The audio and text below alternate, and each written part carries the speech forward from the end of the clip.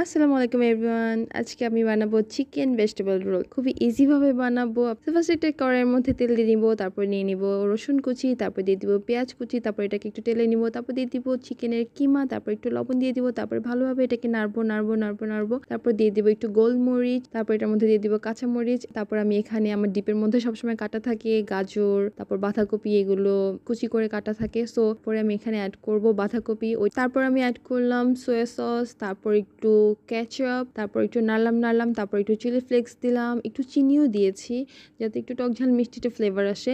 First একটু একবার ভুল হয়েছিল আমার চিকেন রোলটা র্যাপ করতে, কিভাবে করতে হয় আমি ভুলেই গিয়েছিলাম। সো একটা দুইটা বানানোর পরে হাতে চলে আসছে, তো তারপরে আমি ভালো করেই করতে পেরেছি আই গেস। আর এইসব খাবার না বাসায় বানিয়ে খেলে সবচেয়ে বেশি মজা হয়। তারপর আমি ভাজতে চলে গেলাম। আমি আরো অনেকগুলো বানিয়েছিলাম, বাকিগুলো আমি ডিপে রেখে দিয়েছিলাম। আর এই চিকেন রোলটা অনেক টেস্টি হয়েছিল। So it's all for today. See you in the next video. Bye, thanks for watching.